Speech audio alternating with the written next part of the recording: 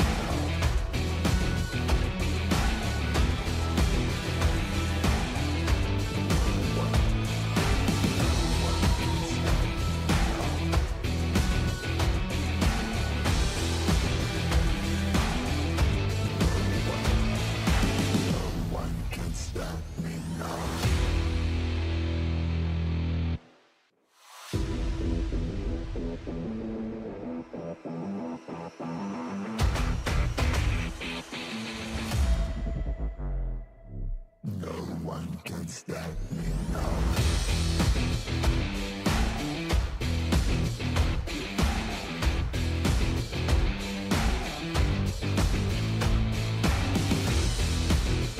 Can't stop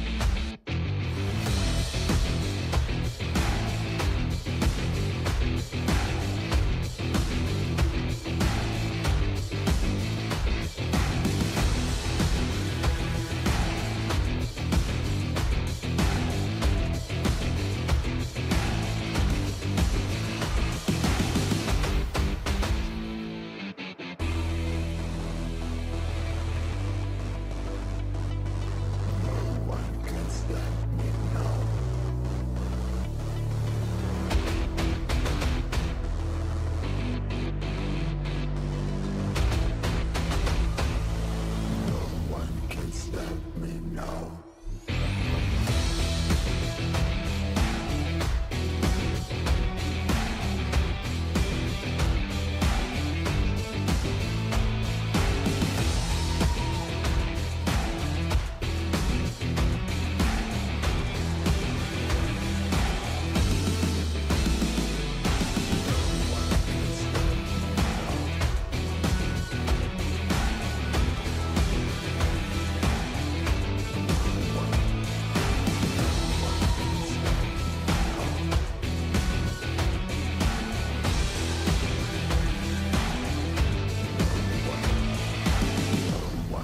now. No one can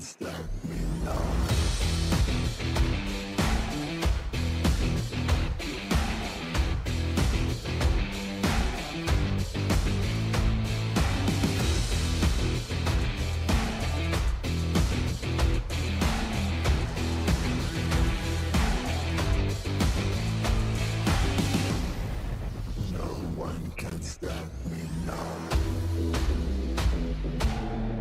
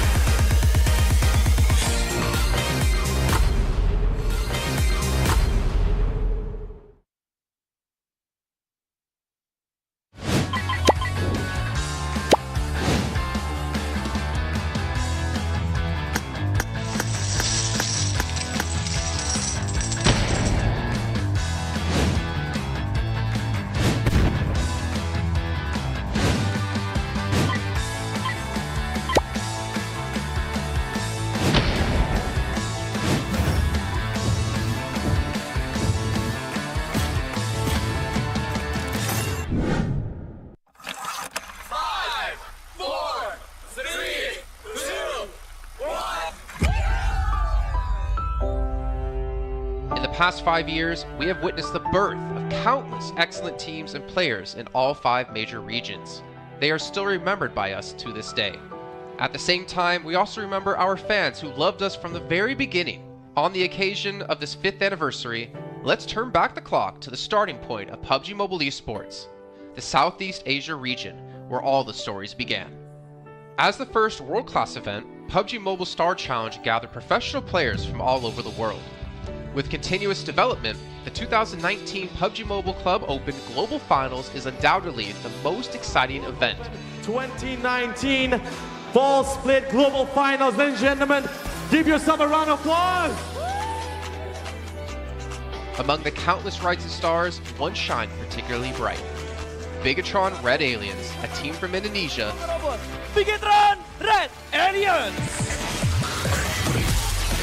just got first place in the PMCO Southeast Asia Fall Championship, earning the chance to compete in the PMCO Global Finals in Malaysia. In the subsequent prelim stage, intense competition kicked off immediately. And finally, they advanced to the Grand Finals in 2nd place. BTR demonstrated impeccable strength in the competition. By the end, BTR was leading the lobby by a significant 106 points, bringing the first ever championship title to the SEA region.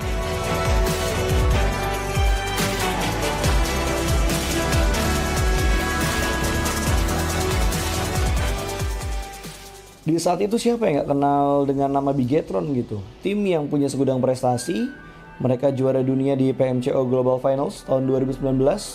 Mereka banyak banget melahirkan pemain-pemain berbakat, Zuxi, Luxi, Ryzen, Microboy. Terus habis itu Zuxi, Luxi juga saat mereka menjadi juara dunia, mereka berada di masa prime-nya mereka banget. PUBG Mobile Esports always strives to develop and grow year after year. That's why we made sure to continue the support and build the SEA region. In 2020, the improvement of the competitive schedule introduced the World League, which later became the World Invitational. We also launched the PUBG Mobile Pro League, where even more outstanding teams joined the competitive stage. In the 2020 PMWL, BTR once again clinched the championship in the East. This had given Southeast Asia the title of the strongest region in the world.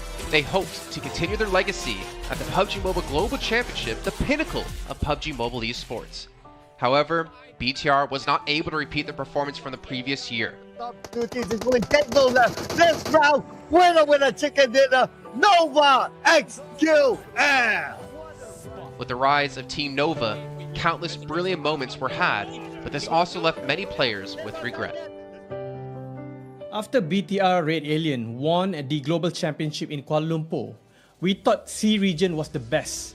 We thought nobody could beat C region, except maybe RRQ Athena, maybe Illuminate the Murder, maybe Mega Conqueror. But C region was the best at the time. And we get to the league. We heard of a team called Nova.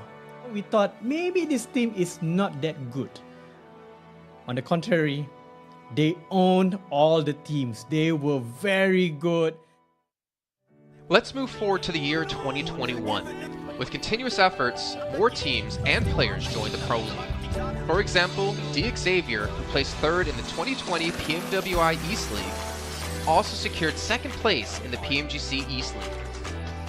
FaZe Clan also made their debut on the world stage. Có thể nói 2021 là năm thành công nhất của Dingo Xavier trên đấu trường quốc tế, khẳng định vị thế và tên tuổi của Việt Nam vô cùng mạnh mẽ. Còn với FaZe Clan, đây là năm đầu tiên họ đặt chân đến với giải đấu cao cấp nhất của PUBG Mobile, nhưng lại khiến tất cả những đối thủ khác đều phải dè chừng và e ngại. Undoubtedly, the year 2022 has brought the greatest changes to the SEA region. Vampire Esports emerged, dominating 2022 PMWI, winning both the main and after-party tournaments, while also setting records for most chicken dinners, most eliminations, and more. They were not only facing competitors from the SEA region, but from all over the world. Everyone was talking about VPE and wondering if they can maintain their performance at the Global Championship or if it was just a stroke of good luck. On the last day of the 2022 PMGC Grand Finals, VPE won 3 chicken dinners alone, moving from the bottom of the table to 6th place, achieving the best result for the SEA region.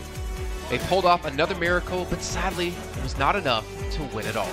In 2023, VPE continued their impressive performance. They once again won everything at the 2023 PMWI. 2023 PUBG Mobile World Invitational Champions, Vampire Esports!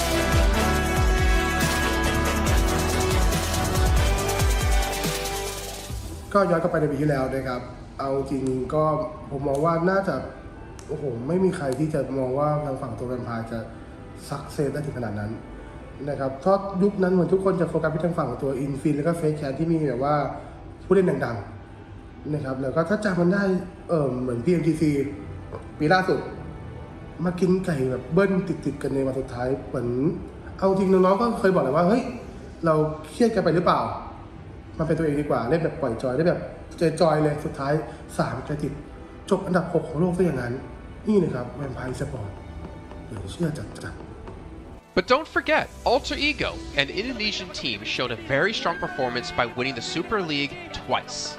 The SEA Super League was an upgrade to the previous championship, which by many is considered to be the most competitive league in PUBG Mobile. They could potentially become the next legend of the SEA region. Untuk dibilang legend, gua rasa belum sih untuk Alter Ego. Walaupun mereka sempat ngedapetin back-to-back champion untuk di PMSL 2023, itu menurut gua hanya sekedar untuk ngasih pembuktian gitu bahwa Indonesia tidak kehabisan pemain berbakat. Ya mungkin contohnya Rosemary gitu. Datangnya dia ke Alter Ego tuh bener-bener jadi ujung tombak untuk Alter Ego. Dan gak berhenti di Rosemary. Masih ada Alpha juga yang didatangkan oleh Alter Ego untuk mengisi kekosongan atau kekurangan dari Alter Ego.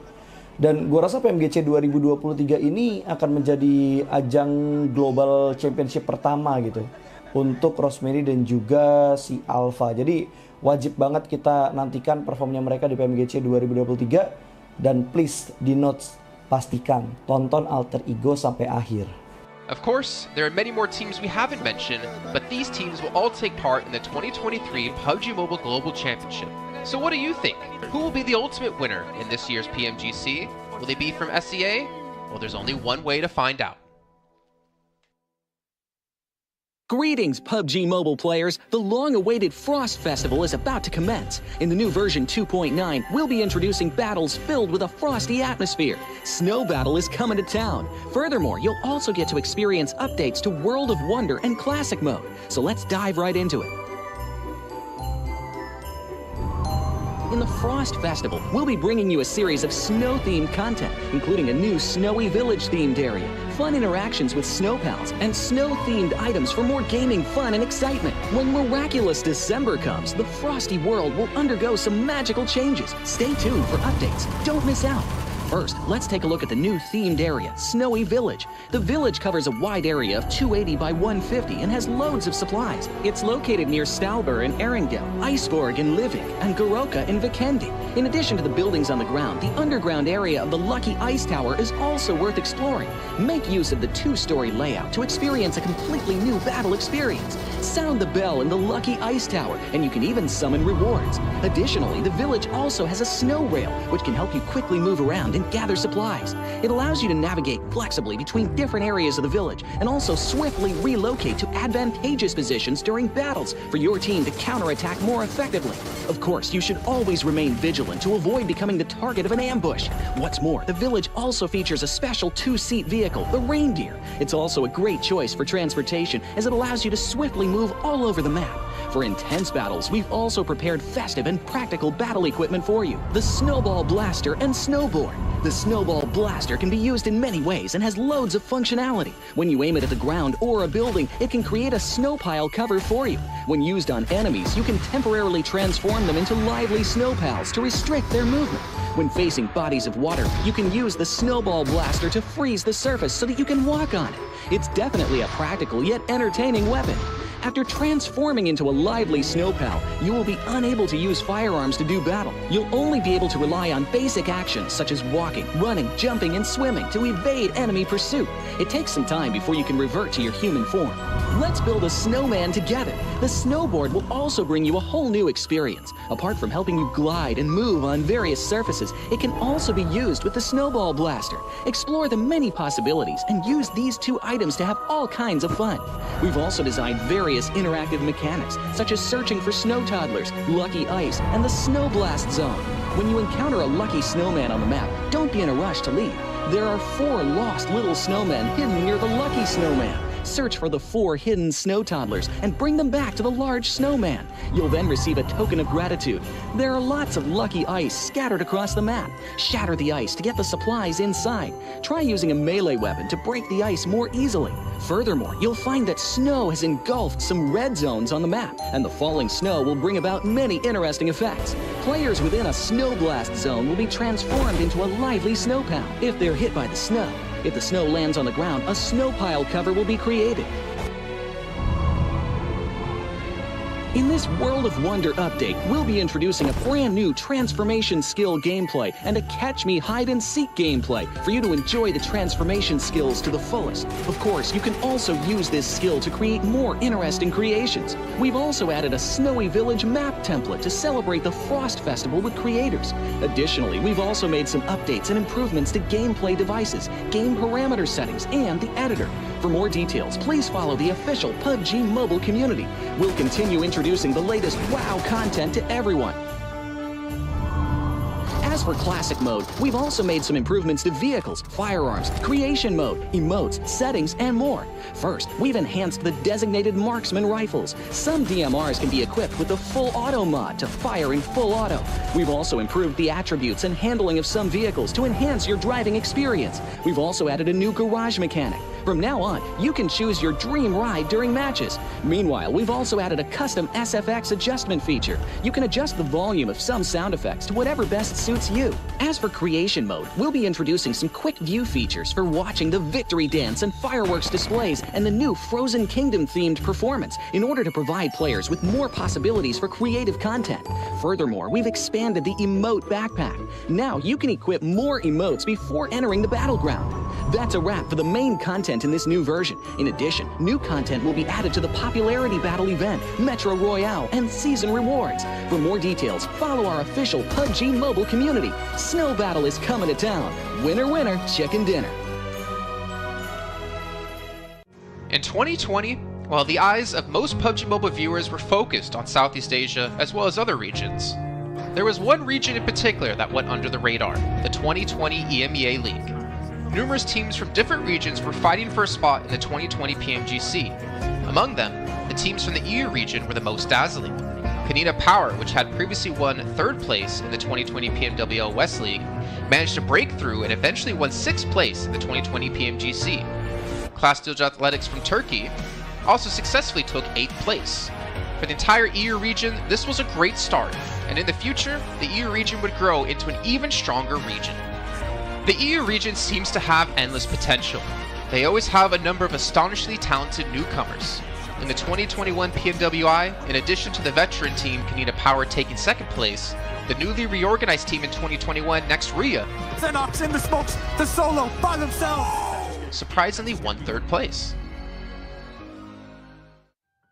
The EU region seems to just have endless potential. There's always a number of astonishingly talented newcomers coming up through the ranks, developing their skills, and in 2021 at the PMWI, you had some of the veterans there for sure. Kanina Power taking second place, an incredible performance coming through from them to get that second place. But not only that, you had the reorganized team for Next Ruya in 2021 who won PMPL Turkey. They came first in their region and then were invited on the back of that to the PMWI West to take third place. So these new talents working as this new roster at the time, a phenomenal resurgence there, and there's so much more left in the pipeline, I'm sure, for this region. I'm really excited for what the future has, and I can't wait to see what they've got.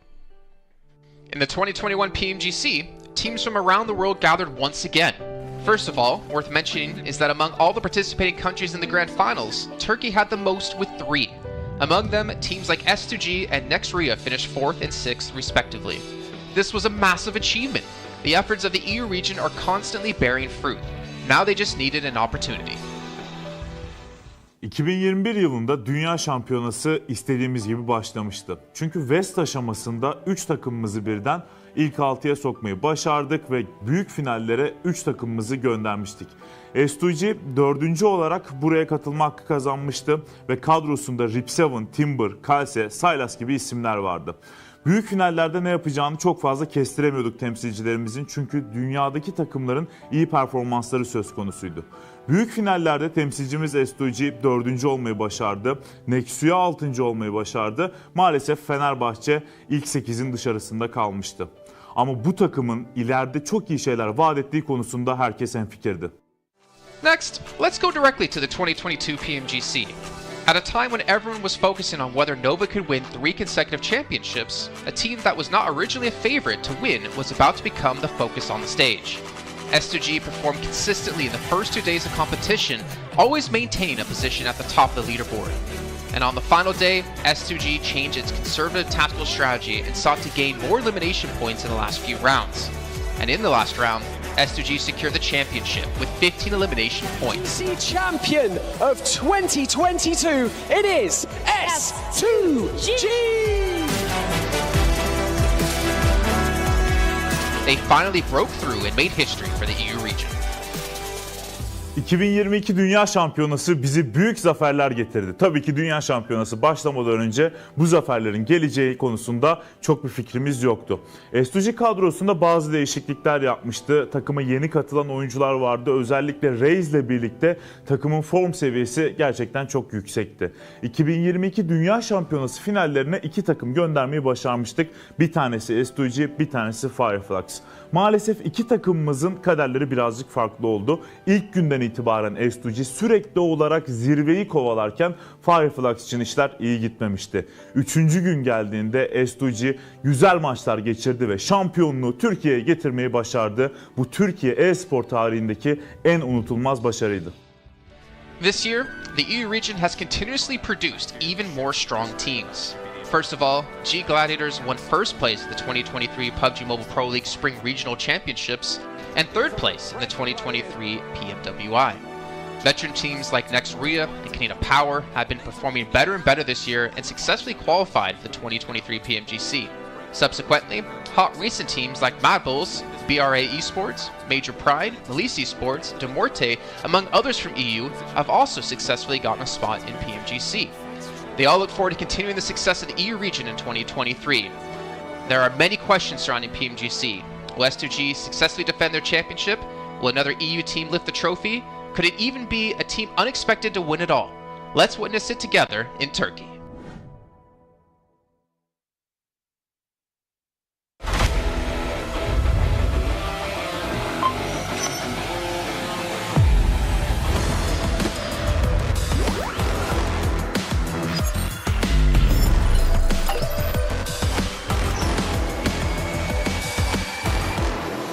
Investigator. Join the Investigator team and let's protect the game's fairness together. 2023 Popularity Annual Gala event tutorial. Hey there, welcome to the 2023 Popularity Annual Gala. We've introduced a brand new competition and upgraded rewards. You will have to go through 10 rounds of 1v1 matches and compete to become the first ever PUBG Mobile Popularity Annual Gala champion. So let's get right to it. New competition, ladder competition. The Popularity Annual Gala event will be utilizing a new ladder promotion system. Players' initial ladder grade will be determined by their battle points at the end of the first round. Ladders are divided into 6 grades: Triple S, Double S, S, A, B, and C, with Triple S being the highest. Ladder promotion rules. Players are ranked based on the popularity they gain during the battle period. For rounds 1 to 9, the ladder results are settled at the end of every round's battle. Apart from ladder grade C, each ladder has 100 spots, with the top 20 promoted, the middle 60 retained, and the bottom 20 demoted. If you're trying to move up the ranks, be sure to stay within your ladder's retained threshold or higher before each round is settled. Additionally, ladder grades can only be promoted or demoted by 1 grade at a time, so your performance in the assignment round is crucial. Be sure not to miss it. Final showdown. Based on the rankings from the previous 9 rounds, round 10 will be the decisive showdown to determine the final rank and ladder grade placement, including the champion of the 2023 Popularity Annual Gala, who will emerge as the ultimate winner.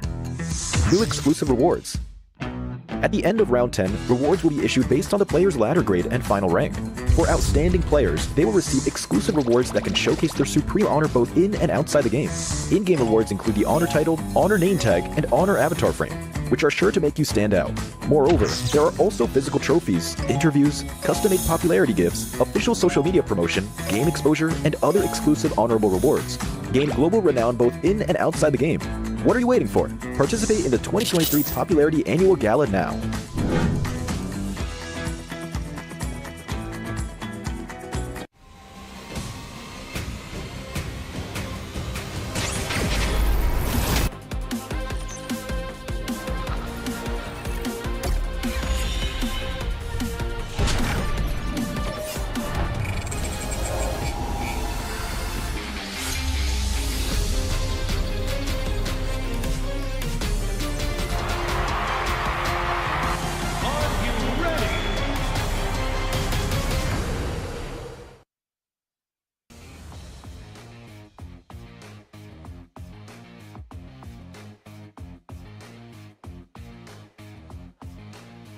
Welcome back to the PMGC 2023, and this is going to be the last chance stage here. And I'm live in Malaysia, Battle Arena PJ, with me none other than Potato coming out from Alter Ego. Now starting off our questions and brief interview for the day. Now, for Alter Ego, you guys were PMSL champions back-to-back for 2 seasons, but it feels like there's a lot of challenges for you in the PMGC League stage. What was the biggest difference if you compare during the PMSL and even the PMGC now? Oke, jadi buat Alter Ego sendiri, kalian itu back-to-back champion di PMSL dan sekarang kamu berada di survival stage PMGC. Jadi apakah perbedaan di antara PMSL dan PMGC itu sendiri? Oke, kalau perbedaannya menurut kita sih dari segi adaptif di tim-tim global ini ya. Karena dari segi adaptif atau adaptasi mereka sangat-sangat kuat lah. Jadi mereka nggak ada patokan mau gameplay gimana, jadi mereka menyesuaikan dari segi gameplay. Okay, if you ask me the difference between PMSL and PMGC, most of the team at this PMGC, they know how to adapt with the situation. They don't have like one specific play style or they want to play passive or aggressive. No, they're not doing that. They just adapt with the situation and improvise from there. So I guess that's the biggest challenge for them as well then. And now, based on yesterday's matches, are there any adjustments? Since today is your last day playing as well, you have to wait for tomorrow. Will there be any adjustment for your team to make it for the next stage and get a better result? Oke, jadi buat hari ini adalah hari terakhir buat Alter Ego sendiri. Apakah menurut kamu sendiri ada sesuatu lah yang kamu ngerasa bisa nggak kamu lolos ke survival stage nanti gitu? Apa yang kamu harus lakuin buat kamu lolos ke survival stage? Apa yang harus kita lakuin sih pastinya lebih ke mematangkan kesalahan kemarin ya. Jadi kita belajar banyak dari kesalahan kemarin. Kita benar-benar adjust lah untuk hari ini karena hari ini kita terakhir bermain dan grup green besok masih grup red dan yellow masih bermain. Okay, so for me from Alter Ego, we want to do our best. We already touch up our mistake. We already learned from the past, and yes, of course, today group green and versus red, but then red is gonna play in tomorrow. So I think we're gonna perform really well so that group red is not gonna qualify easily to the last chance Now, I'm going to touch that for a bit more. Since you mentioned about your mistakes yesterday, and it's so hard to actually identify your mistake in a very short time, can you state out some of the mistakes that's quite major for your team? Ya, kamu ngomong-ngomong, kamu ada ngomong tentang permasalahan yang terjadi lah, mistik-mistik yang terjadi. Bisa nggak kamu cerita sedikit aja, apa salah satu contoh mistik-mistik yang terjadi di kemarin hari? Mistik yang kemarin terjadi sih kita belum expect sama keisengan Semnan ya. Jadi benar-benar dari semua map kita benar-benar dekat sama dia dan lumayan mengganggu gameplay kita lah. So the things that I don't expect is the playstyle from Sem9. So that's the mistake that we learned back then is because of our drop spot in every map is quite near with Sem9, and yeah, we don't expect these things gonna happen, and yes, they give us so much trouble. I mean, that's the unexpected to be happening on the global stage, definitely now. You mentioned about Sem9. Are they one of your greatest threat when it comes to this stage, or will there be somebody else so far? Kamu ngomong Sem9 nih, kamu mention Sem9. Apakah Sem9 itu salah satu tim yang kamu ngerasa PR terbesar kamu, ataupun ada tim-tim yang lain? Enggak sih. Karena emang kemarin iseng aja, kita nggak expect dia bakalan main se-iseng itu. Okay. So basically, it's not really Sem9 is our biggest threat, but then we just don't expect they're gonna play like that. Okay, we might have more surprises for today, by the way. With tight points among the teams, and you still have a great chance to make it to the last chance stage. What's your focus to improve your rankings since today is your last day? And what do you think is the most important outcome for today's games? Oke, jadi kalau kita lihat dari point system, poin kalian itu tidaklah terlalu jauh untuk kamu lolos ke ke last chance. Jadi, apakah fokus terbesar yang kamu mau fokusin hari ini supaya kamu bisa lolos ke last chance? Kita lebih ngemaksimalin tiap game sih. Jadi, kalau tiap game kita mendapatkan hasil yang bagus, poin juga bakalan ikutan bagus juga. Jadi, kita fokus game per game. Okay, so basically we're gonna focus on each game. We're gonna focus on our first game first. It's because of I believe if we focus on each game, the point will come afterward. So we're just gonna do our best in every single map so that we're gonna maximize our point. I agree. It's one step at a time, one thing at a time as well. But we're done here on Stage Live. We're going to toss it back to the casters. Good luck, all the best for all the teams out there competing, especially when it comes to Green Group. Today will be the last day performing, and the next day they have to just wait it out. We're just going to toss it back to the casters. Casters, take it away.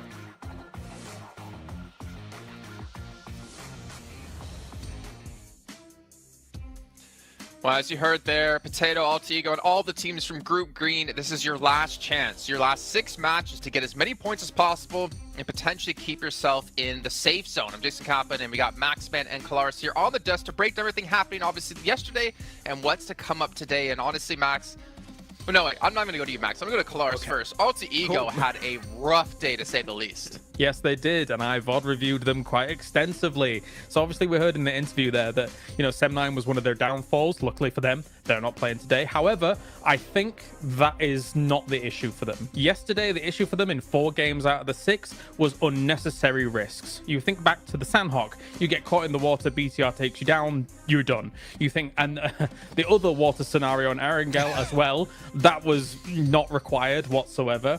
The first game on Erangel, where they're coming late to the circle, they're trying to go for a central spot. You're too late. Try and play edge instead. Again, another unnecessary risk. And then finally, Sem9 on Erangel being able to take them out when they're trying to find cars, right? So all of these unnecessary risks that they're taking could be easily mitigated if they're just playing a bit more mature PUBG Mobile and trying to play a bit more of a controlled style. Well, there you go. Before we can hop into some more analysis here, Max, I know you're just ready to talk. I'm going to remind you guys at home about the Infinix GT10 Pro official smartphone here at PMGC 2023. And while you're on your new lovely device, make sure you check out TikTok with the tag PMGC 2023 to find out some stuff behind the scenes, hopefully some interviews, hopefully anything for you guys to watch. And of course, if you do post about the event, make sure you use the hashtag as well. But Max, as you heard Kalaris break down Altigo, there's another team out there we really have to focus our attention on, a team who had a special invite into the group stage. It's G Gladiators. I don't know. I don't know if I want to talk about them.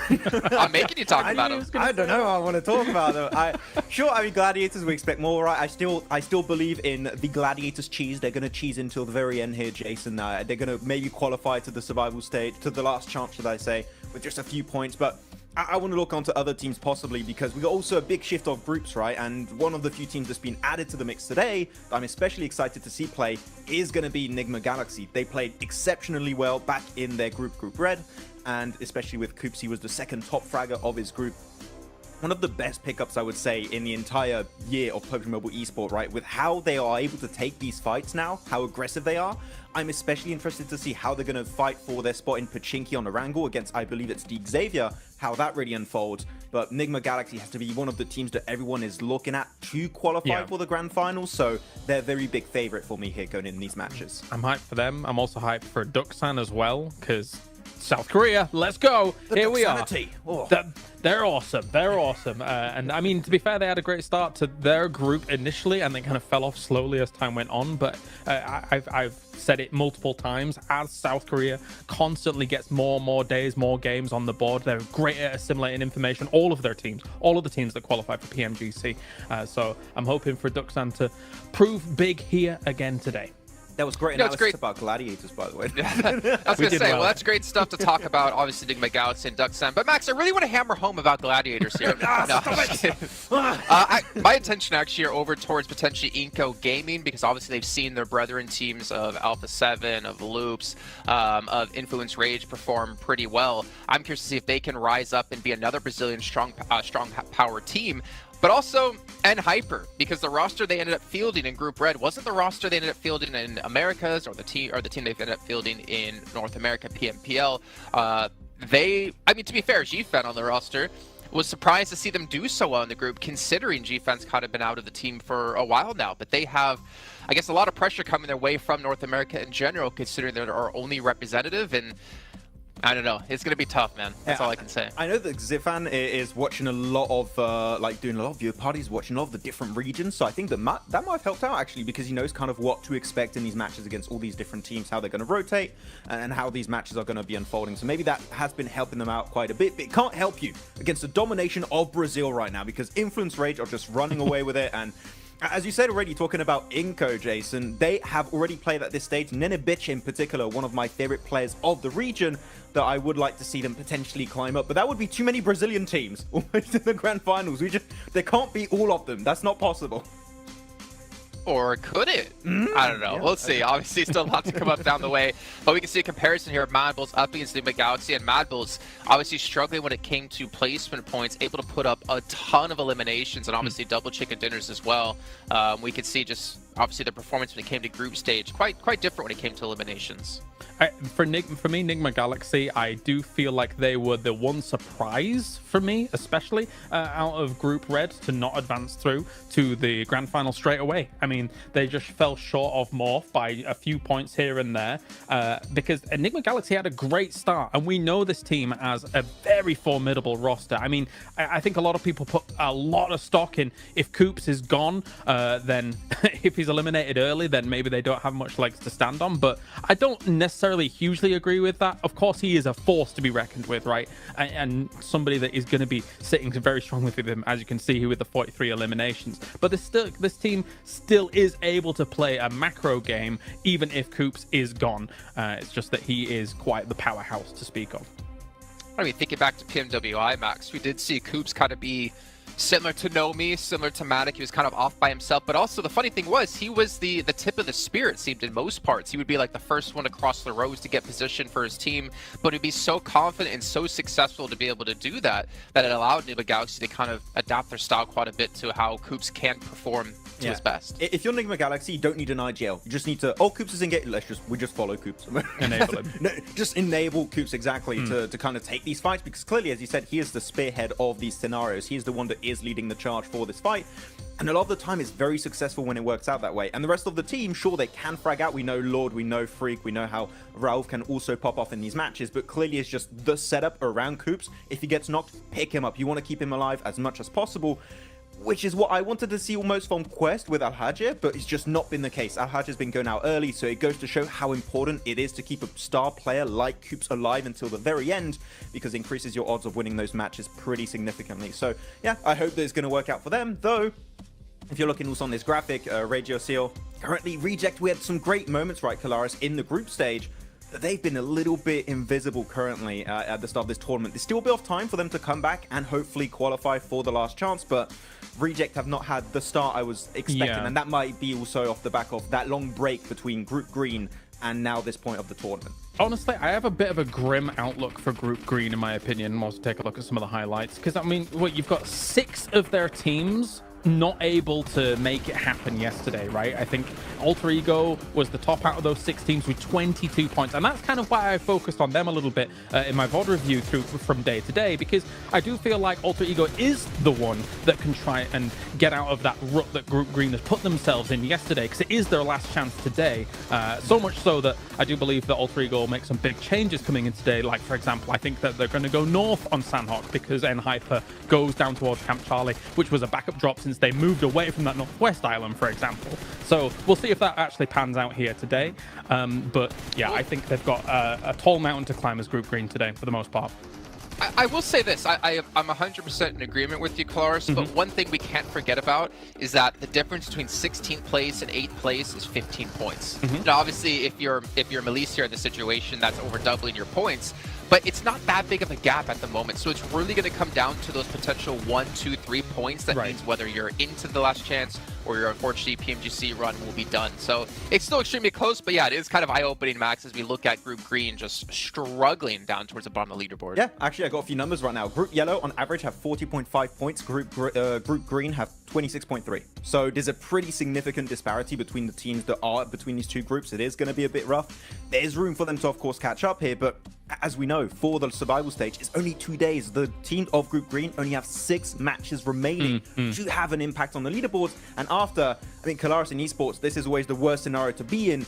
You just got to stay and watch and just hope that the other teams around you don't perform well, which is the most insane situation to be in, because you just cannot have the impact you're hoping for anymore. No, for sure. It's a terrifying prospect to actually kind of stare down. For Rejects, of course, I think that obviously right now they got themselves 17 points yesterday.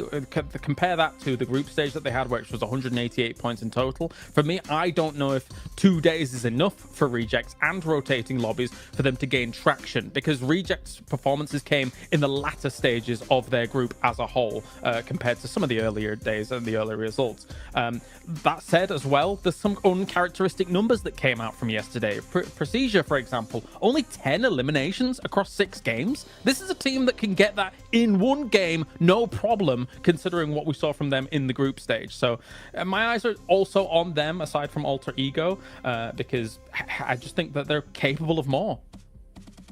100%. I completely agree, and unfortunately just not seen out of them and the Twins. But you know what, obviously rotating groups, I think for me, as you kind of mentioned, right, like we have rotating groups, it kind of doesn't favor some of the teams. But for me, PMGC is always about finding the best all-around team, because there's so many different kind of mini tournaments within tournaments, right? You have your group stage where you play out the same teams over the course of 3-4 days. Then you have this event where you have rotating groups, you have to be adaptive. Then you get to the grand finals where it's going to be a sprint, or I guess the last stage coming up in just 2 days, where it's really a sprint, right? With just 2 days of play. You got to be good all around, and we're going to find the team to be just that, hopefully, very, very soon. But one team I did want to focus on, just really quickly, because I want to throw this out there in case it happens. Influence Rage. You're so far in the lead, there should be no chance you're ever going to fall into the bottom 8. Do you start to hot drop on some teams' potential, start to kind of put yourself in rotational paths of some of the teams, well, obviously not them because not playing here, maybe Mad Bulls is a better case in the situation, to punish teams and prevent them from potentially qualifying? Because Influence Rage will come tomorrow, Mad Bulls is today. We always theorize this, and it pretty much never happens, right? But I want to see it! You want to see it, okay, but are the teams going to take that risk? I'm not quite sure. You could do it if you want at the second half of the day. I think now is a bit early to do that. You're safe. You're not 100% safe, so just... Mad Bulls? You don't... I mean, for Influence Rage, I would just say, just play the half of the day, just chill, normal. Then if you want, and see how it happens. I think the earlier you do it, the more responsive teams are going to be to that, and they're going to adapt around you, potentially hot dropping them, right? So if you Influence Rage, Mad Bulls, BTR, maybe you want to take a bit more time before going for a play like that. I don't know who you'd want to pick out. Maybe Rejects, maybe also Gladiators right now could be a team to take down. I don't know. Could be. I have a thought. I do think Mad Bulls is relatively safe. I mean, considering that I think that their performance will continue here throughout the day. I think if you were going to target anybody based on these two groups alone, I wouldn't even mind looking towards Procedure for on Erangel. If you think about their potential rotational paths from something like Yasnaya going up against kind of Rozhok, sometimes those can potentially clash from time to time, and Erangel is the most, as we all do our little things. Please sir, I want to be next. I think that could be a target. If they were going to do something, I don't know whether they will though. I'd even go on Alter Ego, to be honest. I think that would be a good team to take down. Maybe. They could be a threat. I mean, that's a good point. If you prevent people from hot dropping you when we get into the last chance stage, then it means your position's going to be a lot cleaner. You're limited in games. You have a better chance of qualifying through. But let's see what's going to break down as we're heading to our first match of the day with Sandhawk. Going to throw it over to our commentators of Jack and Blink to take it away. Thank you, Jason. Oh, it's exciting already because I kind of like the way you can see we're all there in anticipation. It was cool. I like the way you kind of had, the we're in school blank. We want to get our opinions. Oh, in. yeah. Because even me and you were speculating, we're theory crafting. It's sick, man. This week's going to be so damn good. Like, the quality of games yesterday was great. If that carries on, I'm living for it, Blank. Yeah, I mean, we were having a little chat behind the scenes there. I mean, to be honest with you, there's a lot to talk about here. You have some of these groups here that are now playing their last day. It's Group Green. This is their final day today before we head in towards tomorrow. Everyone gets 2 days of play between both the survival stage and that last chance. And some of the players, some of the teams in Group Green are in real danger right now. It's a stressful experience. You do Alliance, they look happy, they look ready to go, they look very, very excited to get things on the road here. They had a pretty good upwards trend over in their group. Didn't start off so strong, but ended it quite significantly well. Obviously not getting in towards that direct invite stage, but yeah, for Group Green, things do get a little tough here. And we were chatting about, like, there's really only a couple of teams from Group Green that we actually thought were fairly decent towards the end of it, and it kind of felt like the group of death. But the more we look into it, the more we see there's actually some very, very good teams in some of these other groups that definitely deserve more praise. Absolutely. I think that's sort of the speculation that we had when we came to this agreement, like looking back on it, in retrospect about the rose-tinted goggles or green-tinted goggles, really, the upper echelons of that group were absolute masterclass, right? Even Reject Tokyo couldn't be lumped in with that, with how well they were playing over that week. But since coming into this, well, hang on a minute, hold that thought. It seems that hot drops are happening, Blank. What's going on here? Straight into the action. Is that Mad Balls under pressure already? It is Inco versus Mad Balls here. And we saw this versus Mad Balls in the very first day of their group versus Falcons. They lost their hot drop, but they're used to it now. They're expecting something to go off. They've already found one knock off the bat here. Let's see if they can find any more, Jackie. How far can they go with this then? Fleek getting the reload off instantly, trying to assess the situation. Now, Mad Balls always feel like they were hit with pressure on Sandhawk. Even back in regulation of Group Green, they were being tested for control. Inco are the ones that are starting to show up here, though. Early damage done. Fleek down by the DBS. Another knock coming in, Blank. Bit of a trade, but now we're seeing them both be severed. Lots of damage across either squad now. It was one apiece, but Inco were able to get that res off there. Vitali will finish off Fleek in the meantime. Zerich desperately trying to hold his own. Becker trying to head down the stairs. Nice little peek out coming through from Inco. Only one Mad Bull left remaining, but it's Tulika. He was having a fantastic day yesterday. Not about to let this game slip out of his hands, but he's only got one teammate left to bring up, but a huge amount of damage onto Squash. Last player alive, Tulika. Can he clutch this out? Oh, is it going to be burned clutch like a used car salesman? Drop down for Squash, seeing if he can clear his way through as the bullets come flying. Tulika calls for the backup of his teammates, rotating further over so he's got room to try and pick him up later if possible. Doesn't peek off the back of the bait of the movement either, so Squash still holding. Frozen expires, and it's all on Tulika for good. No chance of getting his teammates back, so worst case scenario has happened here. Even if either one of these solos get away and give up the final elim, you have crippled yourself coming into the opening game today. And this is it, Blank. They've got to roll with the punches now. Yeah, Nima Galaxy also having a little peek in here with Ralph off in the distance alongside of his teammate. So this fight is not going to go well either way for both squads right now. Tulika is on the broadside, will be spotted spotted almost immediately. This shotgun that Squash has found himself alongside with the SK-12 that he's currently holding on to, it is just stressful to deal with now for Tulika indeed. One shot will be enough to take him down unless he's at distance, but for the Mad Bulls, this is still sort of an important fight to win out on, right? You do not want to be losing your spot in Ruins. You don't want people to be feeling like you're an easy prey come towards that direct invite towards the PMGC, that global championship. So for anyone watching, all the other teams are already qualified. You know, Mad Bulls having to put on a bit of a performance here, a bit of a display. Goodbye.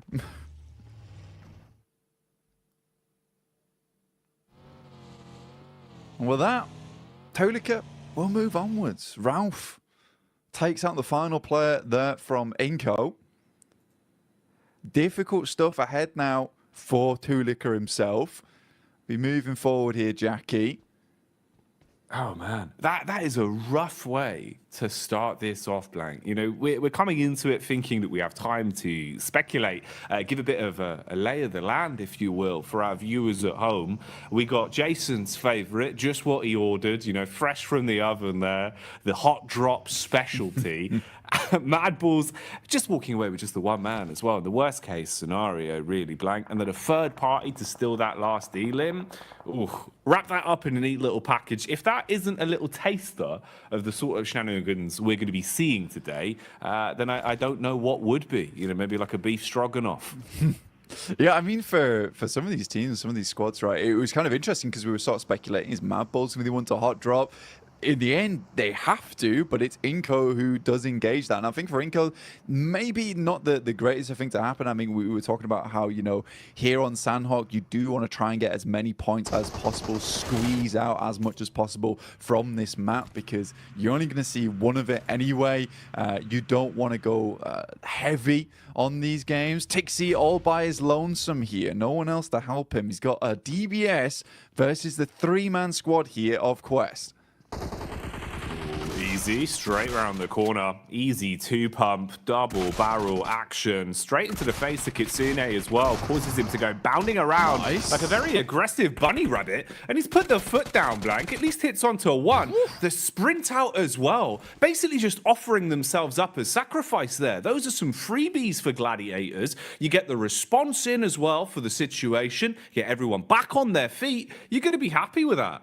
Yeah, you're going to be really, really pleased with the fact that Tixie's able to hold his own on this compound. It is typically where Tixie does play as well, over towards this eastern side, able for the rest of the team to get over towards him as well. And I think that is nice. That's a nice regroup coming through from Gladiators. A lot of times they've been fairly slow on that approach. If one player is all on his lonesome, backup doesn't come half as quick enough a lot of times. So for Tixie, he is thanking his teammates, clapping them on the back there. That is a very, very pleasing result for Gladiators. Not so much for Quest, currently on 13 points. It's not really looking too good for this team, even after the absolute mad plays we saw from Al Haji yesterday.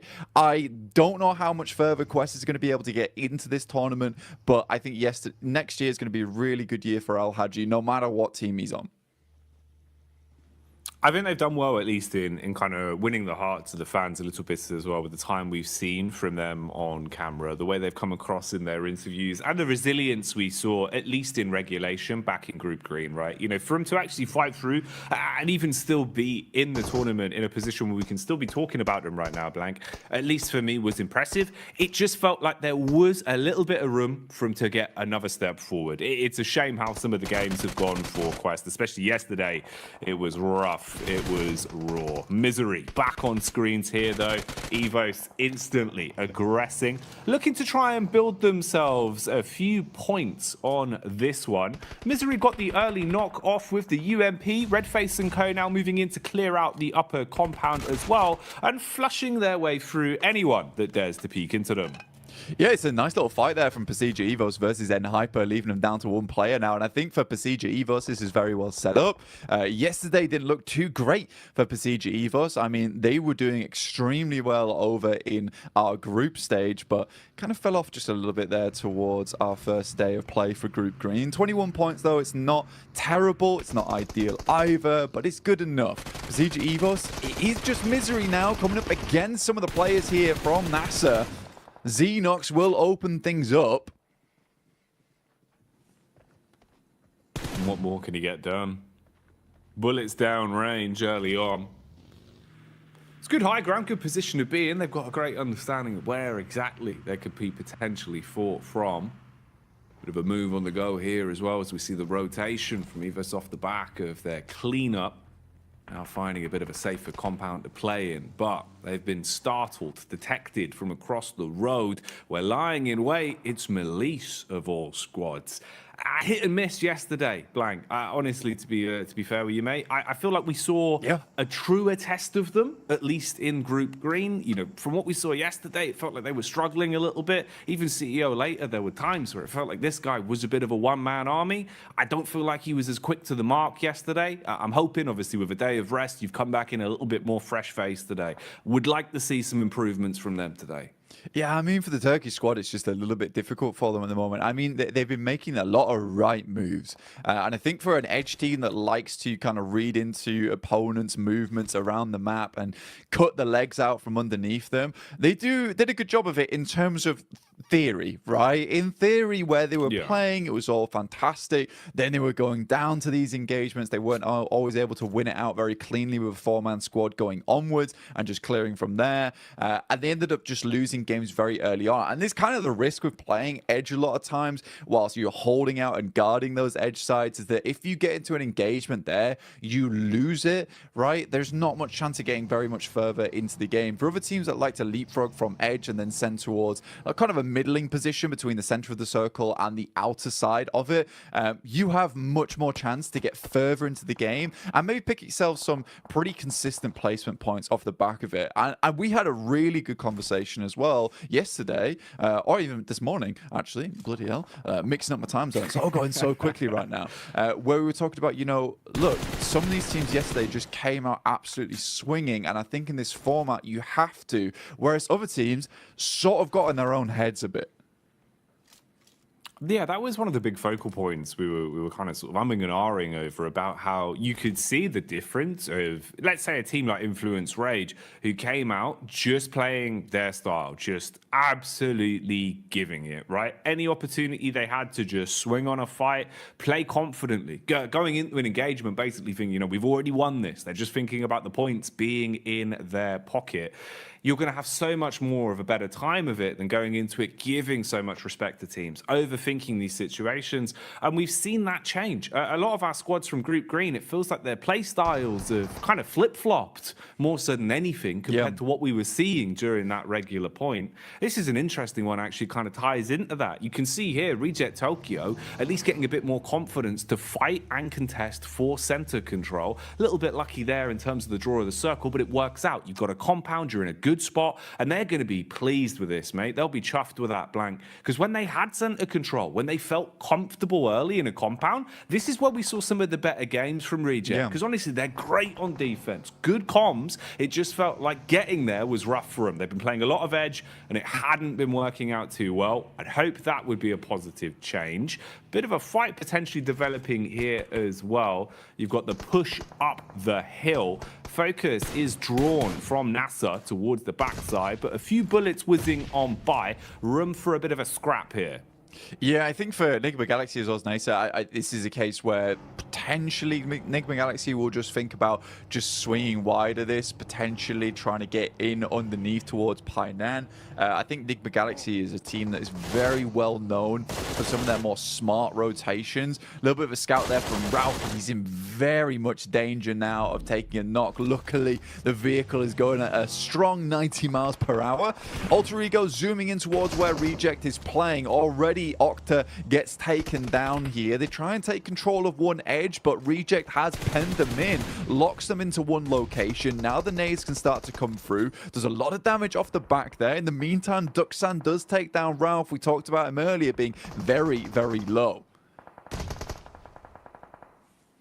Pins pulled on the nades for Alter Ego, looking to see if maybe there's a way they can defend themselves with these bad boys. Problem is they've already taken so much damage. Reject Tokyo setting themselves up. They're trying to reset in terms of the defense and readjust what positions they're playing from so they can support each other a little bit easier. There is nades in play as well. Reject Tokyo normally very good on lining up those double nades. That could be something to come back towards. For now, we'll see what's happening up on the hillside as well. There's been a bit of commotion here.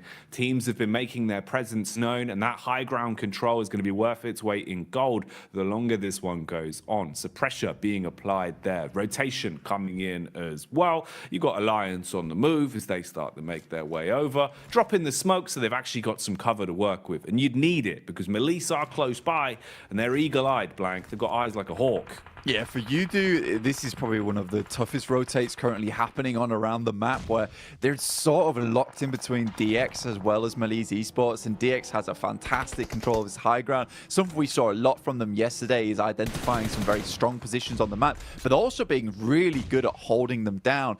Not necessarily always in compounds, just in certain areas of the map where they have that high ground control. They can play around a little bit of hard cover and go from there. Circle moves very hard towards that north side. Now, that is a little bit of grace given towards MB Esports. They can use that to their advantage. Yudu Alliance, they take a knock in Flax, and a quick heal goes over towards Fatar there. So very, very immediate response from Yudu Alliance, but I don't think it's going to be enough here. I think they're just caught on with the worst end of the stick out of the lobby. Probably the only team that's going to suffer in the next minute or so, I would say.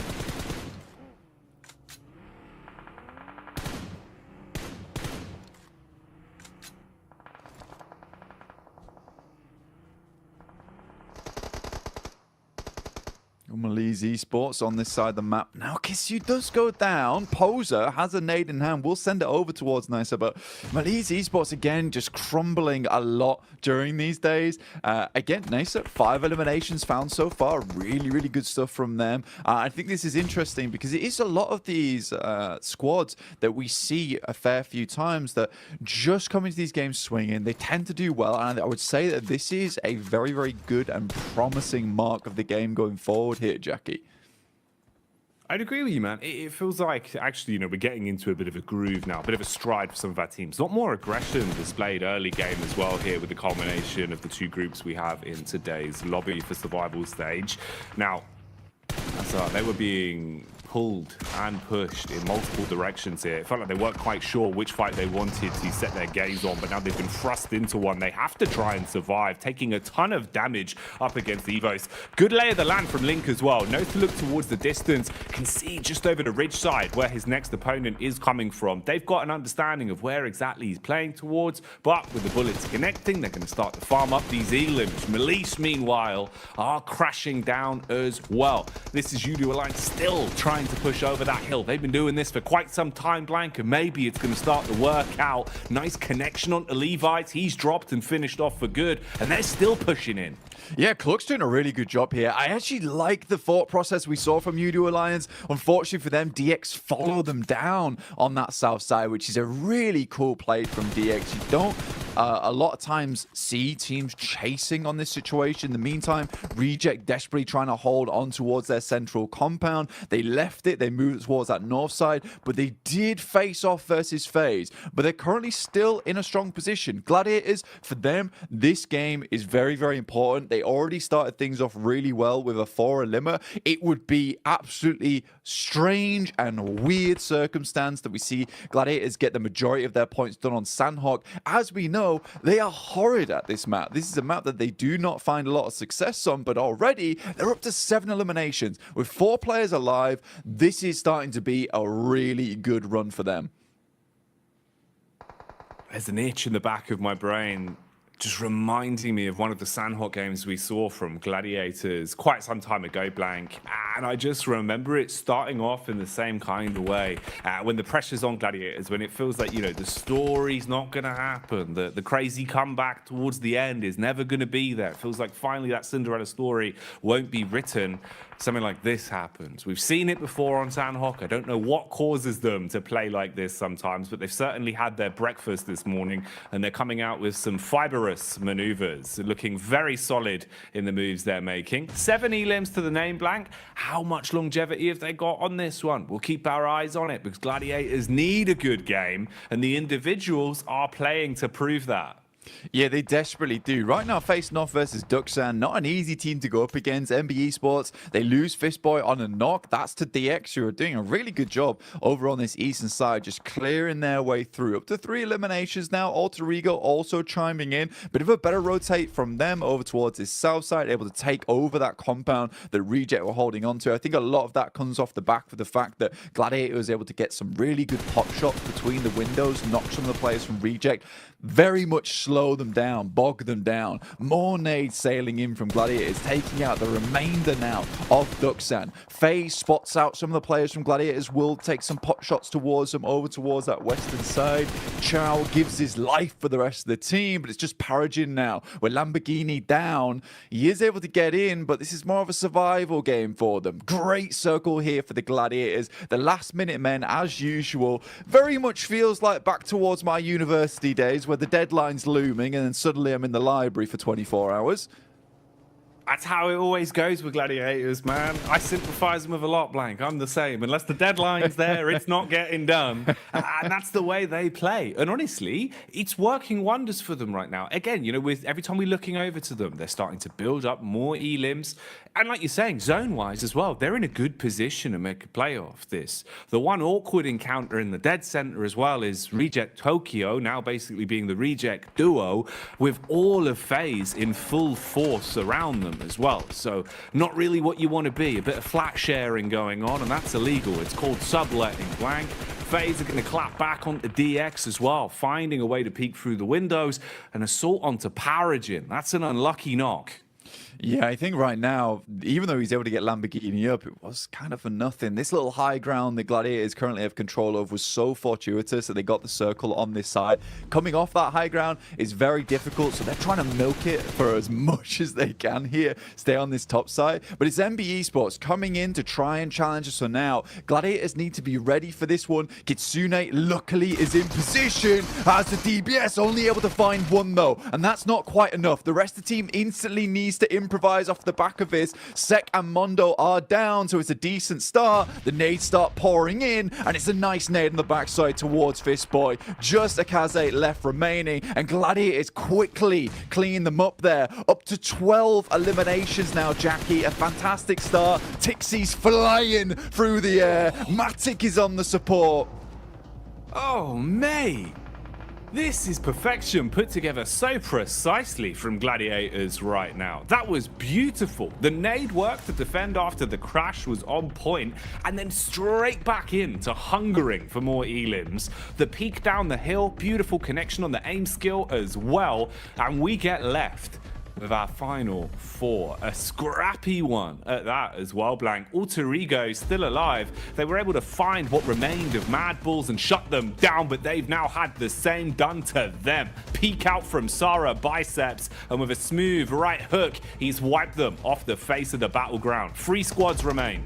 Gladiators currently on the outside edge right now. It's FaZe with a very strong position. Alter Ego still need to work their way in as well, but they went out earlier on. Reject holding on. It's a good little game for them, but for the Gladiators, more points would be absolutely gorgeous for them here. If they could win out this game, they'll send themselves tumbling towards that top side of the lobby after just one match. So 20 points. Realistically, if they can get themselves 25 after this, they'll be very, very safe. It'll give them a buffer. They still will need to put in the work after the rest of the day, but they'll be in so much better stead. And taking that pressure off yourself this early on in the day is so, so nice.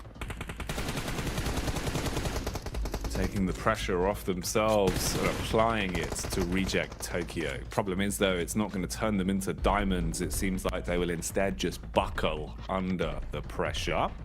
Bit of a peek out here from FaZe, though, as Gladiators encroach further on the compound, closing in on them, using their utility to try and blow Lufa out of the equation. Nade after nade barreling through. Swing from FaZe on the stairway as well. And that connects. Meku left black and blue, down on his last legs now, as they first onto him. Gladiators with only a duo remaining, Blank.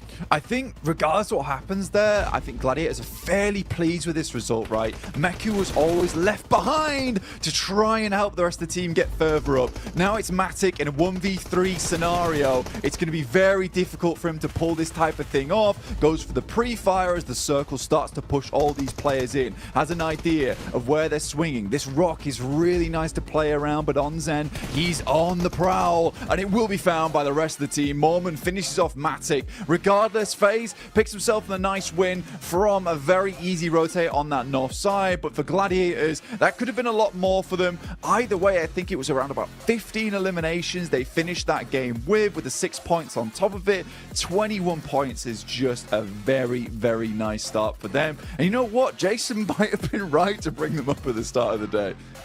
It's crazy, isn't it? You know, we sit there, Jason brings out all his storylines that you think are never going to happen. And I think we hit the mark for 3 out of 3 of Jason predictions all in one game. So he's doing well today, Blank. He's doing well.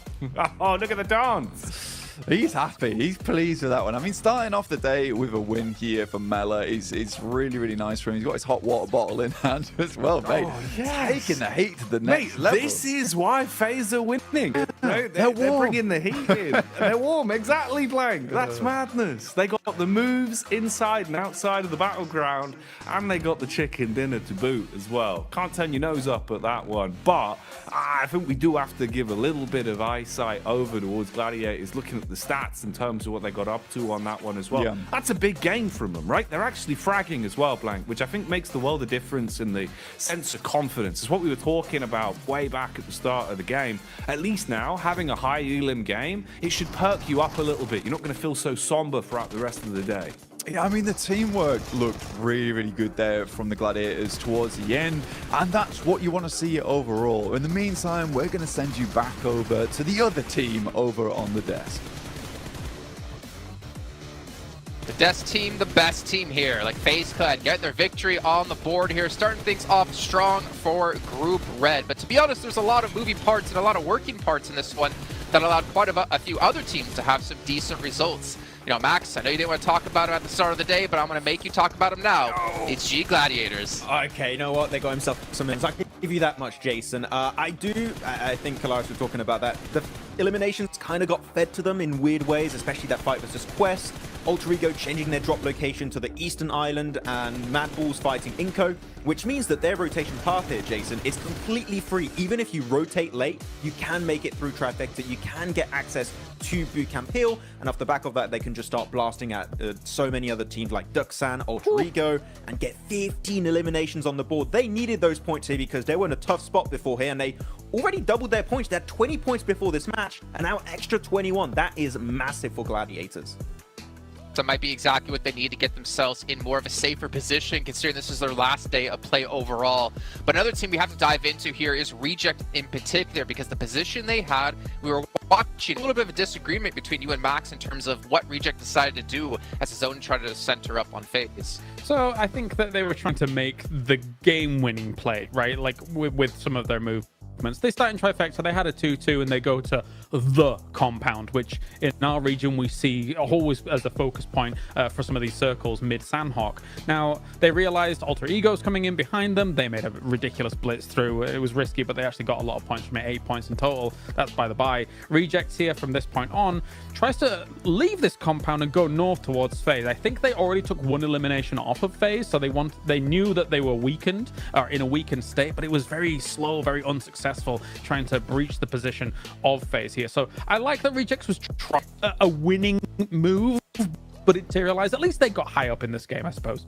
Yeah, I think that the situation they were in with Alter Ego playing the Road Trifecta compound is you want to work with Alter Ego and stay in that compound for as long as possible to gatekeep other potential threats later on down the line. If you stay there with Alter Ego, you eliminate Nigma Galaxy, Deke Xavier, Duxan. You can also maybe eliminate some players of Gladiators as they get pushed down Bootcamp Hill, and off the back of that, you can transition through the rocks, maybe make over to FaZe. I think that was the better approach, but to be honest, the moment Deke Xavier died, right, Kalaris, they could play those rocks and survive super fine to the match. So it ended up working out, but I think there was maybe another option available. But that's the cool thing. There's so many ways to play it that you don't know which one might be the best at the end. I mean, yeah, I get what you're saying, like a symbiotic relationship in that compound for a little while. The thing I look at it is that they got third in this game, and would they have probably have got third if they'd have stayed in that compound as well? Yeah, probably. Yeah. But would they have got first? Almost absolutely not. So I think that, you know, they were trying to go for it all, and obviously it didn't pan out.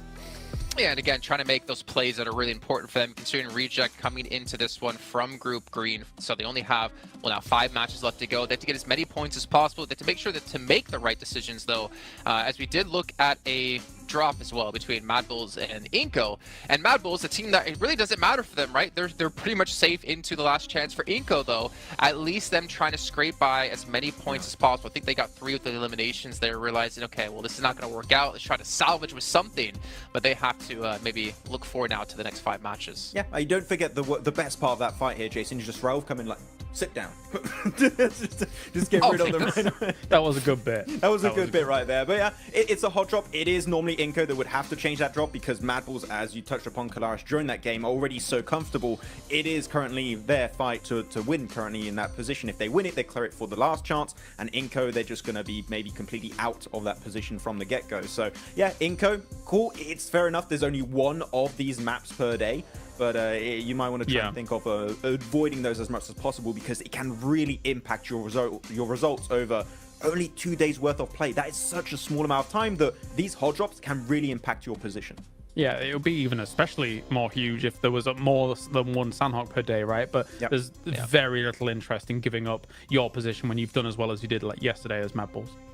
One thing I do want to mention really quickly, because you said it while we were watching the game, and I kind of really liked the idea of it. We did see Alter Ego change the drop location, as was mentioned already on the desk here. They went up towards Cal. But then when the zone started to shift away from Corey, more centralized, and they were on the east side of Corey, you were talking about what do they do here in this position. And Clarence, I wanted you to bring that up just really quickly. Yeah, again, they're just playing really risky PUBG Mobile. Like going for these wide rotates, going up against Quarry, which is a very difficult place to transition away from. They have to bomb it through to try and make something happen. If they'd have come in from the north, it might have just been an easier time. But yeah, they did all right. But it was, again, very risky PUBG Mobile here. Yeah. High risk, potentially high reward for Alter Ego, who desperately need every single point they possibly can in our final 5 matches. And it's time to head into our second match of the day, which is our first Erangel of the day with Jackie and Blake.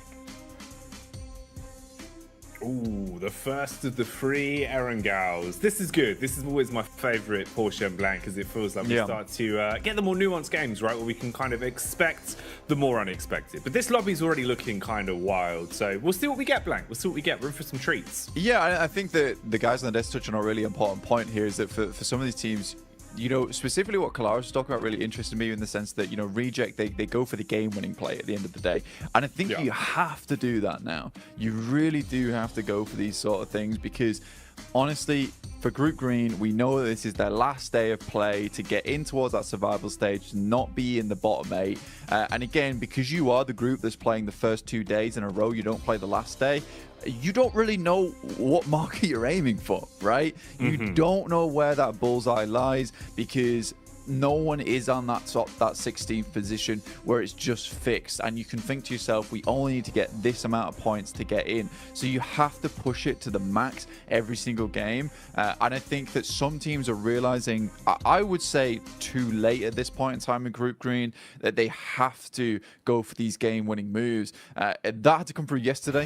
It absolutely had to come through yesterday. I think Mad Bulls took their fate into their own hands very quickly, as did Influence Rage, who have more than secured their position over towards the last chance phase. At this point, I think they have 77 points, something ridiculous at this point in time. So I think for some of these teams, maybe it's coming through too late. You need a little bit of luck today. You need to really hit your shots. You need to be making strong rotations and maybe, just maybe, able to bump those points up just enough. I think for Quest, that instant elimination at the start of the day there on Sandhawk versus a team that most people regard as not the greatest Sandhawk team will really knock their confidence in a big way. We know Quest made it in by the skin of their teeth, literally 1 point in Group Green to get towards that survival stage.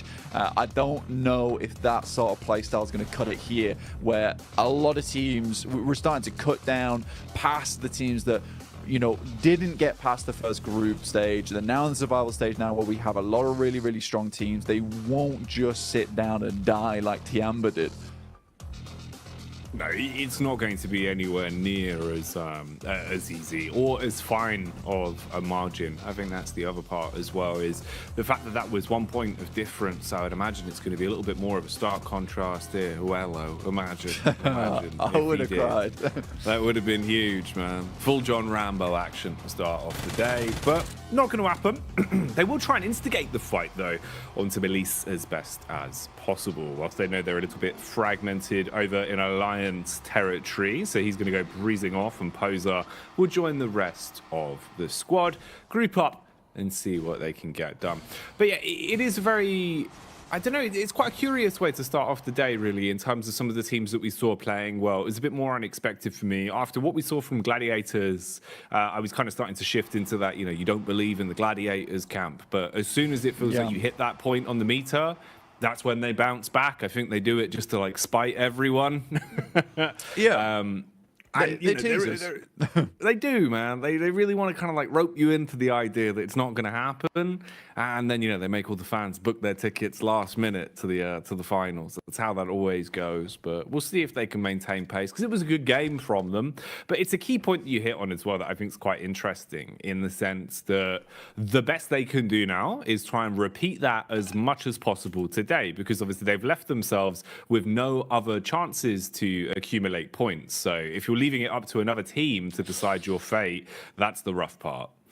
Losing Alva off the back as well. And I think this is something that's happened a few times now coming through from the boys on the squad. And I think that when you look at this, for Alter Ego, you just maybe drop trash around Mansion.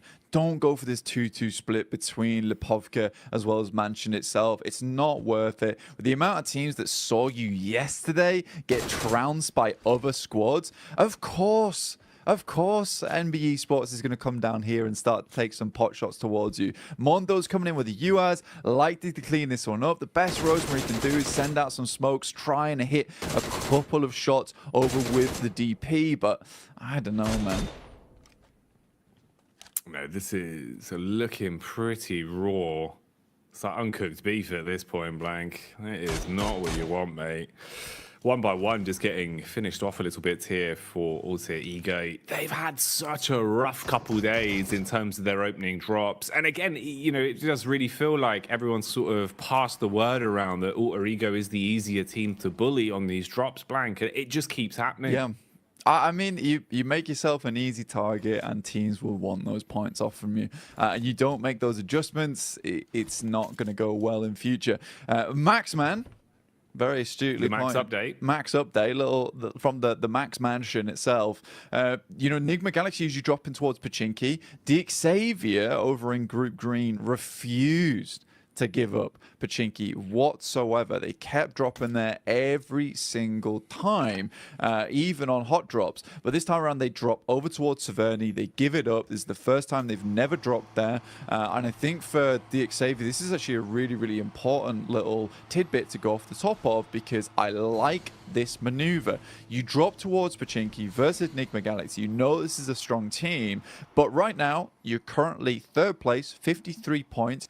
Consistency, it can be afforded now. So a Severny drop for DXavier when it's open, completely reasonable, I would say, to go for this team. They know they can get further into the map. They know that they're strong holding in that mid game and then trying to take out teams towards that late game as well, with a little bit of sweeping from the high grounds.